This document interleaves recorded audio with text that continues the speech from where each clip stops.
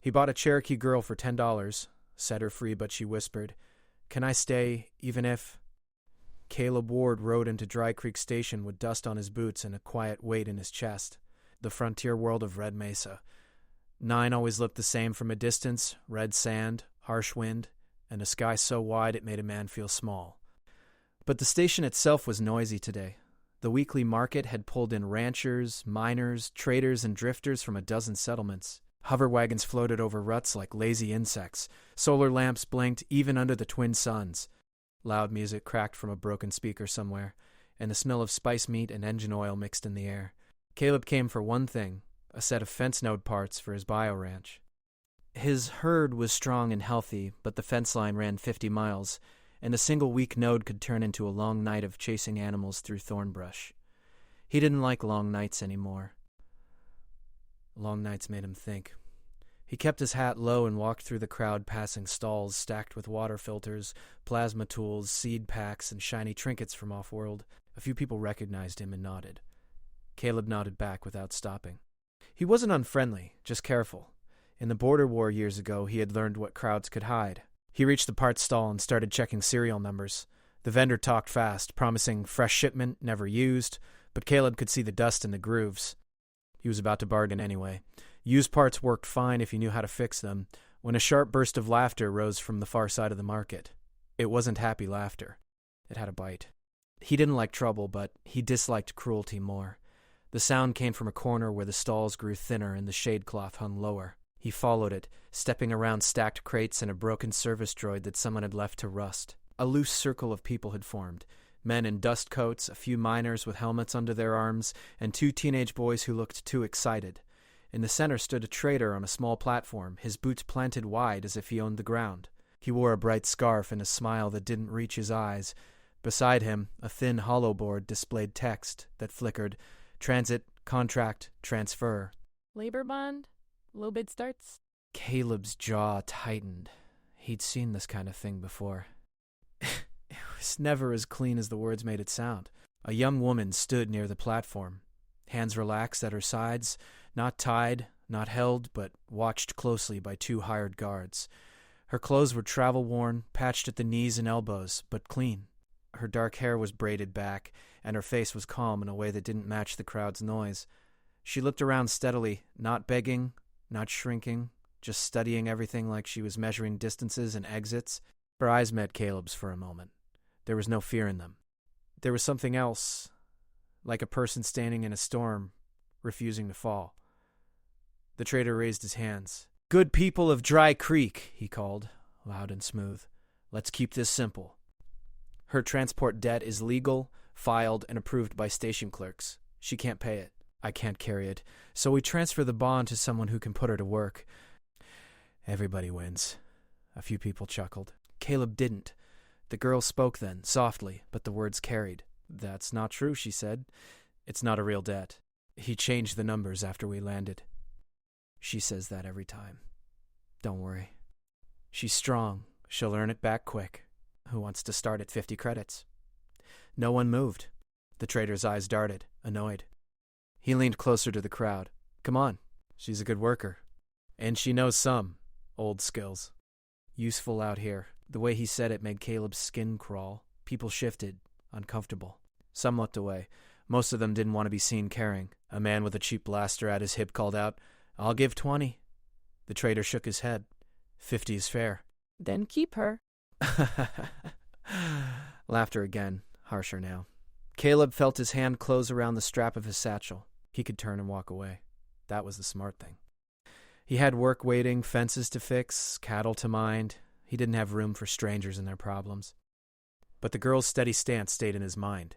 He remembered another day, years ago, when someone had stood on a platform and called people assets, like they weren't human. He had been younger then. He had been too late. Caleb stepped forward. The crowd quieted a little, surprised. Caleb wasn't known for big moves. He faced the trader. "Show me the contract," he said. The trader blinked, then forced his smile back into place. "Of course, sir. Everything is proper." "You interested?" "Show me," Caleb repeated, voice flat. The trader waved at the hollow board.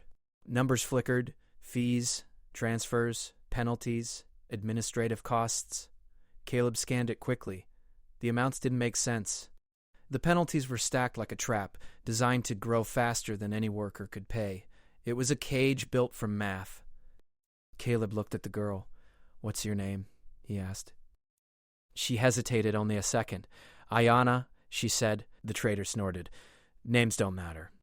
The bond matters." Caleb's eyes hardened. He reached into his pocket, pulled out a small credit chip, and held it up. 10 credits, he said. The crowd murmured. The trader laughed like Caleb had told a joke. 10? That won't even cover docking fees. Caleb kept his hand steady. 10 credits, he said again, louder. For contract cancellation, I'm not buying her. I'm paying to end it. You can take 10 and walk away right now. The trader's smile faded.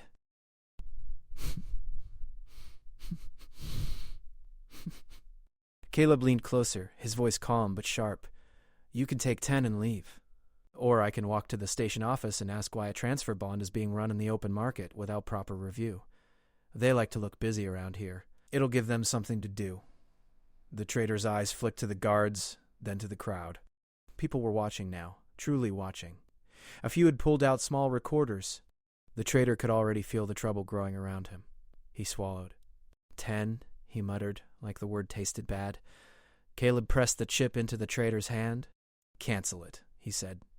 The trader jabbed at his hollow board, annoyed. Fine. Transfer voided. Paid. He raised his voice in a fake, cheerful tone. There. Everybody happy? Move along. The circle broke slowly. Some people grumbling, some embarrassed, some disappointed they hadn't gotten a show. The guards stepped back. The trader jumped down from the platform and hurried away, scarf fluttering, eyes cold. Caleb turned toward Ayanna. It's done, he said. You're free, you can go. Ayanna didn't move right away. She watched the trader's back until it disappeared into the crowd. Then she looked at Caleb again, studying him like she had been studying the market. You didn't have to do that, she said. Caleb shrugged once. I did. Ayanna's gaze dropped to his hands, rough and scarred. Then it lifted to his face. Most people here look away, she said quietly. You didn't. Caleb didn't know what to say to that. Praise made him uncomfortable, especially from someone he had just met. He lifted his satchel. I'm heading out, he said. The road's rough.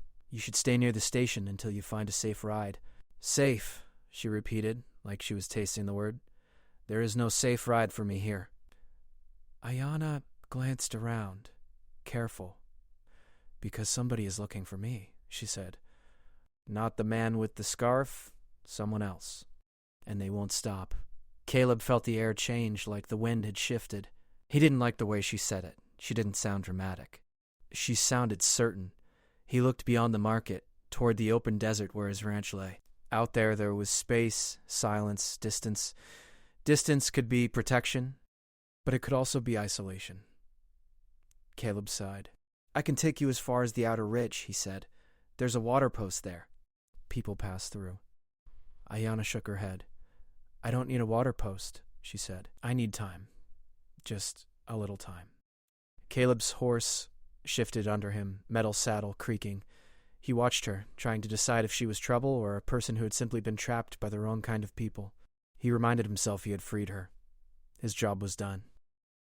So why didn't you ride away? He tried to keep his voice even. I'm not a hero, he said.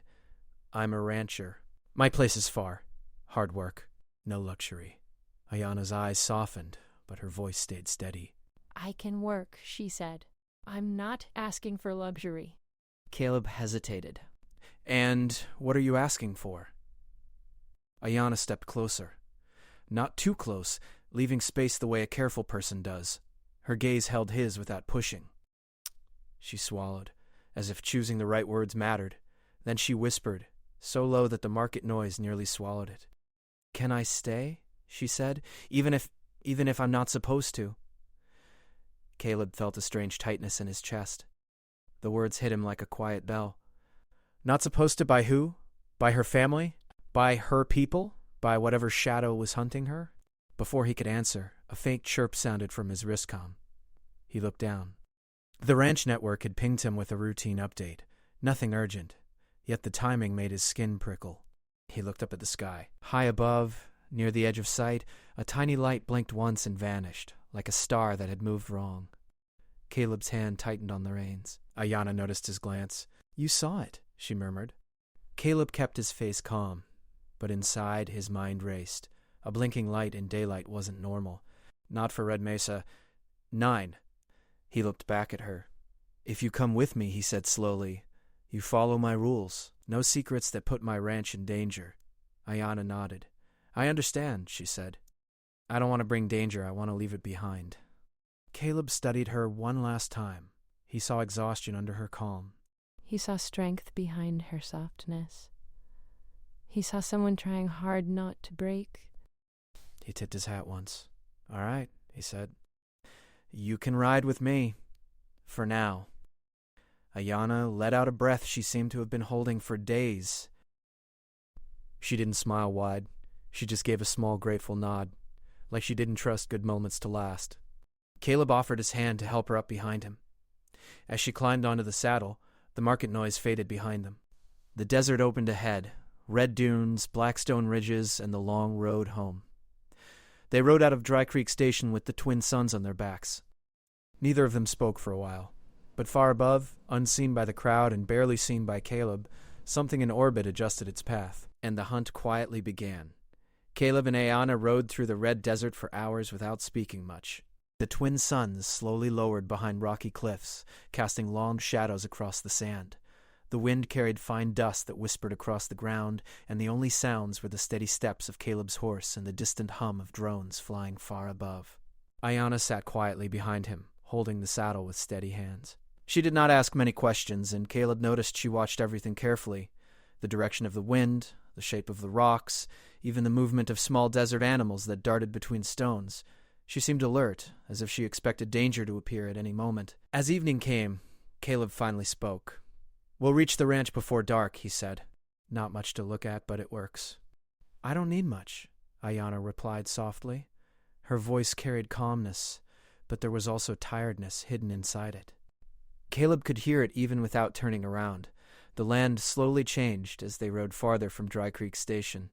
The desert became greener, dotted with low grass and silver-leaf plants designed to survive the harsh climate. In the distance, long fence lines shimmered faintly with blue energy, automated barriers that kept Caleb's genetically engineered cattle from wandering too far. "This is yours?" Ayanna asked when she saw the wide valley ahead. "Been here for years." The ranch stretched across miles of open land. Small drones floated above herds of heavy-built cattle, guiding them toward water troughs. A simple cabin stood near a cluster of solar towers, its walls worn by sandstorms but sturdy. They stopped near the gate, and Caleb stepped down first. He opened the fence manually, even though the system could have done it automatically. He preferred using his hands when possible. Ayanna climbed down slowly, her boots touching the ground with quiet certainty. She looked around, taking in the open sky, the gentle hum of machines, and the peaceful emptiness. "It's quiet," she said. Caleb nodded. "That's why I stay." He led her toward the cabin. Inside, everything was simple. A metal table, 2 chairs, shelves filled with tools and spare parts, and a small cooking unit in the corner. Dusty sunlight filtered through narrow windows. "You can take the spare room," he said. "It's small, but clean." Ayanna walked inside carefully, as if stepping into someone's private world required respect. She set her small bag down near the door and ran her fingers lightly across the table, feeling the texture of the worn wood. "Thank you," she said.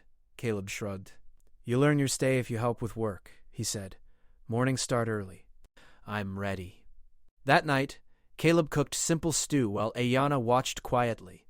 When he handed her a bowl, she accepted it with both hands, a gesture that felt meaningful even though he did not fully understand it. They ate mostly in silence, but the silence felt comfortable rather than awkward. Later, as the sky darkened and the stars appeared one by one, Ayanna stepped outside. Caleb followed after finishing his meal. He found her standing near the fence looking upward. "You like the stars?" he asked. "They help me think," she said. She pointed toward a group of distant lights moving slowly across the sky. "Those are not normal trade routes." Caleb squinted. The lights were faint, almost invisible. He would not have noticed them if she had not pointed. "Could be patrol ships," he said, though he did not sound convinced. Ayanna remained quiet, but her shoulders grew tense. "Are they looking for you?" Caleb asked. She hesitated. "Maybe," she admitted. Or maybe they are watching to see where I go. Caleb folded his arms. You didn't tell me everything back at the market. Just not all of it. He waited. After a long pause, she continued. My people believe I have a role to play, a future already chosen. They sent others to guide me back, but I don't want to be guided like that. You ran away, Caleb said. I chose another path, she corrected softly. Her words stayed calm, but there was deep emotion behind them. Caleb nodded slowly. He understood wanting freedom. He had walked away from many things himself. The next morning began before sunrise. Caleb handed Ayanna a work glove and showed her how to check water systems and monitor the herd. She learned quickly, moving with natural confidence around the animals. You've done this before, he said. She smiled slightly. Not exactly this, but caring for living things is similar everywhere. Throughout the day, Caleb noticed something unusual. Ayanna seemed to sense problems before they happened. She stopped near a fence post and pointed at a small crack he had not noticed yet. Later, she predicted a sudden wind shift that matched sensor readings minutes later. You got good instincts, he said. She only shrugged. Days passed quietly. They worked together, fixing fences, guiding cattle, and repairing drones. Slowly, the ranch felt less lonely. Caleb found himself talking more. Small stories about storms, old friends, and lessons learned from years on the frontier. One evening, as they sat outside watching the sunset, a warning signal beeped from Caleb's wrist device. Unauthorized scan detected. Caleb's expression hardened. He stood immediately and looked toward the horizon. A faint shimmer appeared above the ridge, almost invisible, like heat waves rising from sand. Inside, he said calmly. Ayanna did not argue. They moved quickly into the cabin, and Caleb powered down external signals to reduce visibility. Do they know you're here? He asked. I hoped not, she said quietly. The scanning beam passed slowly over the land. Machines inside the ranch flickered slightly but held steady. After several tense minutes, the signal faded. Caleb let out a slow breath. That wasn't a normal patrol. He looked at her seriously. I need to know what we're dealing with. People who believe destiny belongs to them, she said, and people who believe I belong to destiny. That doesn't explain much. It explains enough, she replied gently. If they come, I will not let them hurt you. Caleb almost laughed at that, but he stopped when he saw she was serious. I can take care of myself, he said. I know, she said. That's why I trusted you. Her words surprised him. Trust was not something he heard often. The night grew quiet again, but tension remained in the air. Later, after she went to rest, Caleb stood alone outside, watching the stars. He thought about how quickly his life had changed, how one small decision at a market had brought unknown danger to his door. Yet he did not regret it. He looked toward the dark horizon where the scanning beam had appeared earlier. Whatever's coming, he muttered to himself, we'll deal with it. Inside the cabin, Ayanna lay awake, staring at the ceiling. She listened to the distant sounds of the ranch and felt something she had not felt in a long time, safety mixed with uncertainty. She whispered quietly into the darkness, almost like a prayer. I hope I chose right. Outside, the wind carried faint echoes across the desert, and far above, unseen ships adjusted their path again, moving closer to the lonely ranch where two lives had begun to change, and the peace of the valley slowly turned into the calm before a storm. The desert felt different the next morning. Caleb noticed it the moment he stepped outside. The air was still, too still, as if the land itself was holding its breath. Usually small desert birds moved between the fence posts at sunrise, and the cattle made soft sounds as they gathered near the water troughs. Today, everything felt quiet in a way that made his instincts tighten. He checked the sky first. The twin suns rose slowly over the red hills, painting the valley with warm gold light. Nothing looked wrong at first glance, but Caleb had lived on the frontier long enough to know that danger rarely announced itself loudly. Ayanna stepped outside behind him. She had already braided her hair and looked calm, but her eyes were alert. You feel it too, Caleb said. She nodded. Yes, something is coming. Caleb walked toward the equipment shed and checked his gear. He didn't carry heavy weapons. Ranchers preferred tools that could fix problems rather than destroy things, but he kept an old pulse rifle from his military days. He checked its charge quietly. Ayanna watched him. You don't have to fight for me, she said softly. Caleb shook his head. I'm not fighting for you, he said. I'm protecting my home. She understood what he meant, but she also understood that he was choosing to stand beside her. They worked through the morning anyway. Routine gave calm to nervous moments. Caleb repaired a drone wing while Ayanna guided cattle away from a damaged fence line. She moved among the animals with gentle confidence, and even the more stubborn ones followed her quietly. Just before noon, the warning alarm sounded. Unauthorized approach detected. The sound echoed across the ranch, sharp and clear. Caleb looked toward the ridge. 3 shapes appeared in the distance, moving fast across the desert. They weren't standard vehicles. They hovered slightly above the ground, kicking up red dust as they approached. Riders, Caleb muttered. As they came closer, Caleb saw the figures clearly. Armored individuals riding advanced hover mounts shaped like mechanical horses. Their gear reflected sunlight in bright flashes, and long cloaks trailed behind them. Ayanna stepped forward slowly. They found me. The riders stopped a short distance away. Dust settled around them like a fading cloud. The central rider removed their helmet, revealing a stern face marked by age and experience. Ayanna, the leader called, your journey ends here. Caleb stepped slightly in front of her, not aggressively, but firmly. This is private land, he said. State your business. The leader's gaze shifted toward Caleb, studying him carefully. You must be the rancher, they said. We do not see conflict. We only wish to bring her home. Ayanna's voice stayed calm. I told you before, I am not returning. The riders exchanged glances. One of them spoke quietly into a comm device. The leader sighed. Your path is not yours alone, they said gently. You carry responsibility to your people. They need you. Ayanna shook her head. They need an idea of me, she said. Not the real person I am. Caleb listened without interrupting. He understood little about her past, but he could hear the weight in her words. You cannot hide forever, the leader continued. Others are searching for you now. People far less patient than we are. Then maybe you should leave, he said. The leader's eyes narrowed slightly. We do not wish to harm you, they said, but you do not understand the danger you invite. Before Caleb could respond, Ayanna stepped forward. I understand enough, she said. I choose to stay. Her voice was steady, stronger than Caleb had ever heard it. The riders hesitated. Some of them shifted uncomfortably, as if unsure how to respond. Then suddenly, the sky above flickered.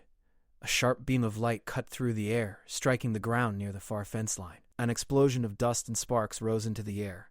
Caleb spun around, heart pounding. That's not yours? He shouted toward the riders. The leader looked genuinely surprised. No. Another blast struck near the cattle herd, sending animals running in panic. Drones scattered, alarms blaring across the ranch.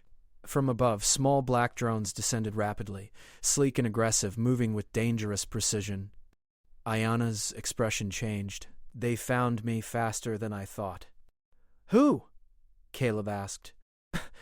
The ones who don't want me to choose, she replied. The riders reacted immediately, activating defensive shields. We must work together, the leader said quickly.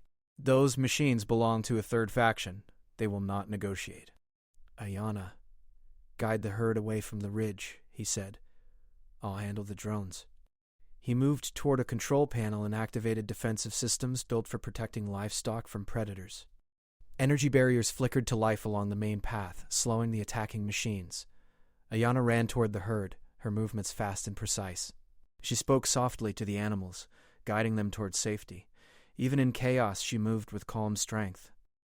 The riders engaged the drones, using advanced tools that sent pulses of light across the sky. Caleb joined the fight, firing carefully to disable rather than destroy. One drone crashed into the sand, sending up a cloud of red dust. The battle lasted only minutes, but it felt longer.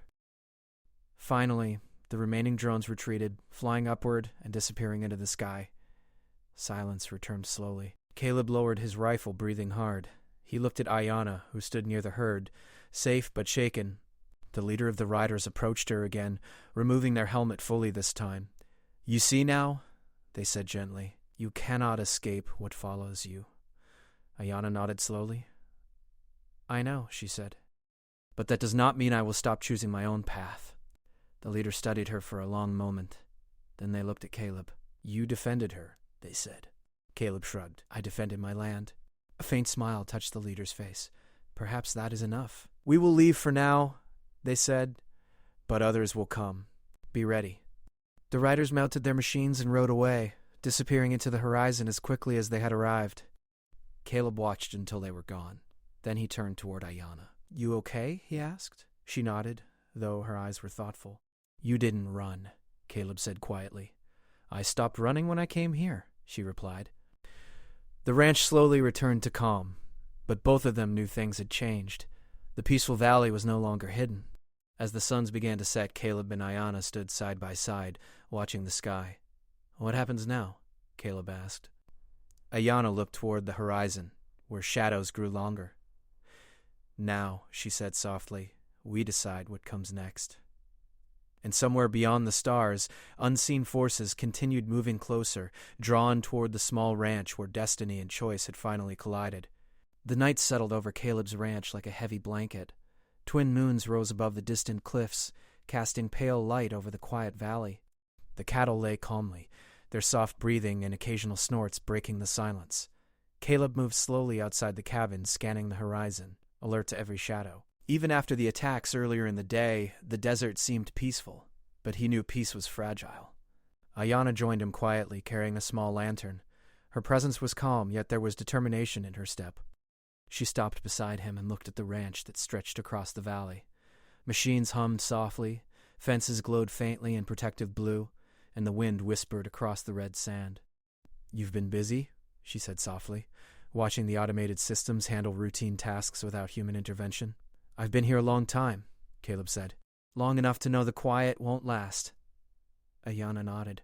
She did not ask why or how he knew. She simply accepted it. That was part of what Caleb found different about her. She didn't need explanations. She understood intuitively. They stood side by side, sharing the silence, until Ayanna finally spoke. "I want to stay," she whispered.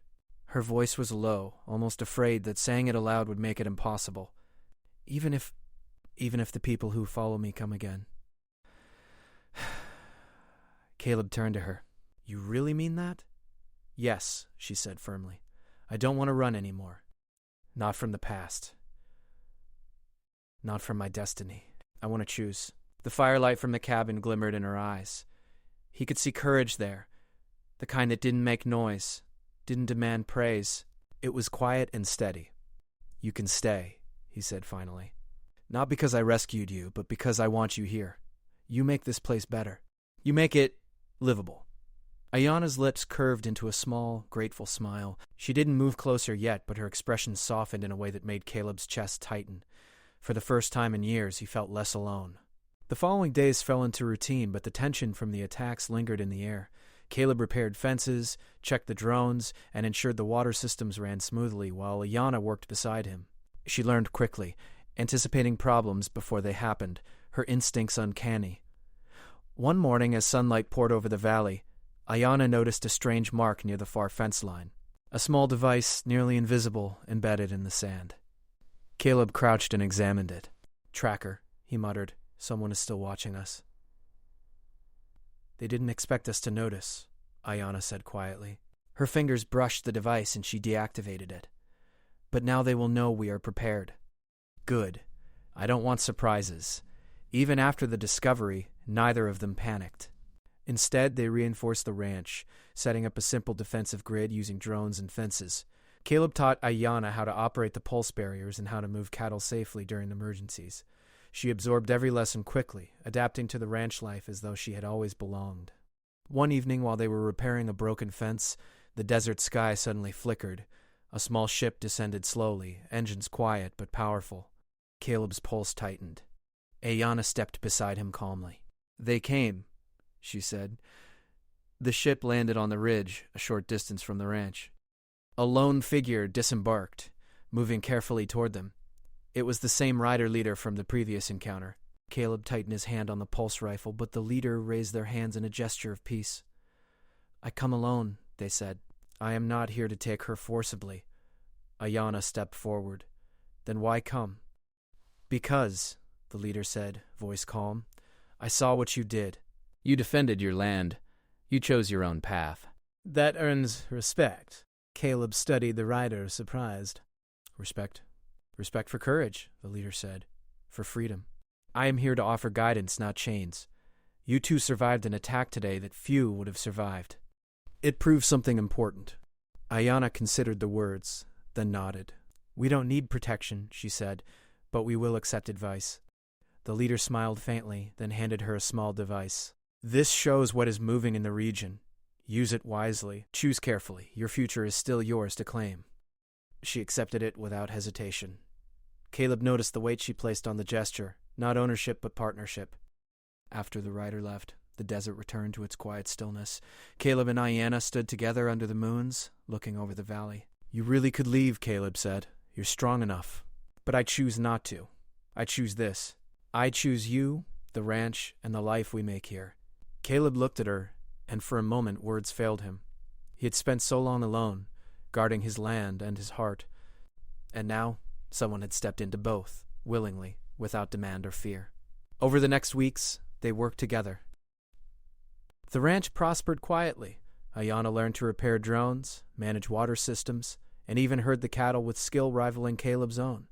Caleb, in turn, shared stories of the desert, of battles fought long ago, and lessons learned from years on the frontier. They grew close, but slowly, naturally. There were no rushed confessions, no dramatic declarations, just shared labor, quiet conversation, and moments under the twin suns where the valley felt safe, full, alive. One night, as they sat outside the cabin, Caleb handed Ayana a cup of warm tea. They watched the stars flicker across the sky, silent but together. You trust me now, Caleb said softly. Ayana looked at him, eyes reflecting the moonlight. I do, she said, and I trust this place, and I trust us. Caleb smiled faintly, a rare moment of peace settling in his chest. Good, he said, because there will be challenges. The desert isn't always kind, and those who want to control your fate, they haven't forgotten. I know, she said quietly, but here, with you, I feel safe enough to decide for myself. The wind shifted, carrying the faint scent of distant sand and the soft hum of machinery. Caleb felt it too, the quiet reassurance of a home, a place where the past could not touch them. In the days that followed, life returned to a careful rhythm. Caleb taught Ayana the routines of the ranch, how to read the skies for weather, how to anticipate danger, and how to care for the herd. Ayana's skills grew quickly, and Caleb found himself leaning on her insight more than he expected. Together, they repaired fences before storms, guided cattle to safety, and monitored the skies for unusual activity. One morning, while checking water lines near the far ridge, Caleb noticed something unusual. Tracks in the sand, small, mechanical, precise. Someone had approached during the night and left without being noticed. Ayana studied the tracks. They are scouts, she said, testing us. Watching to see if we respond. Caleb clenched his fist. Then we respond. They spent the next hour setting traps and repositioning drones, reinforcing barriers. Caleb handed Ayana the controls, and she guided the defensive drones with calm precision. Each movement she made was careful, measured, effective. Caleb felt pride swell inside him. She wasn't just surviving here, she was thriving. That evening, Caleb and Ayana sat outside, tired but satisfied. The sky was painted in shades of red and gold as the twin suns set. The valley below was quiet, calm, and safe. You made a choice, Caleb said quietly, to stay, and you made this place better. Ayana nodded, and you chose to protect me. Not because you had to, but because you wanted to. That's why I stay. Caleb looked at her, understanding the depth of what she said. Trust, respect, and choice. These were the foundations they had built together. Not ownership, not obligation, freedom. The wind carried faint whispers across the valley. Somewhere beyond the cliffs, the desert held secrets, dangers, and the unknown. But for now, Caleb and Ayana were here, together. And for the first time in years, the future felt like something they could face, not with fear, but with courage. As night fell completely, they remained outside the cabin. Caleb lit a small lantern, and the light reflected softly on Ayana's face. She leaned slightly toward him, not seeking comfort, but sharing a silent understanding. You stayed, Caleb said, even knowing they might come back. I stayed, she said softly, because I choose where I belong. And I belong here, with you, on this land. For the first time, Caleb did not feel lonely. The desert no longer seemed vast and empty. It felt like a place where two people could make their own rules, their own lives. Far above, in the silent black of space, sensors and distant machines moved unseen. But Caleb did not fear them. He had Ayana beside him, and she was no longer someone to protect. She was a partner, ready to face whatever came together. And under the twin moons, the ranch stretched quietly across the valley, full of promise, resilience, and a life chosen freely. No words were needed. Caleb and Ayana simply watched the sky, knowing that they had finally built something stronger than fear, stronger than destiny, stronger than the desert itself. The frontier world of Red Mesa, 9 remained unpredictable, wild, and dangerous. But here, on this small ranch, they had found a peace built on choice, trust, and quiet courage, a peace worth defending, together.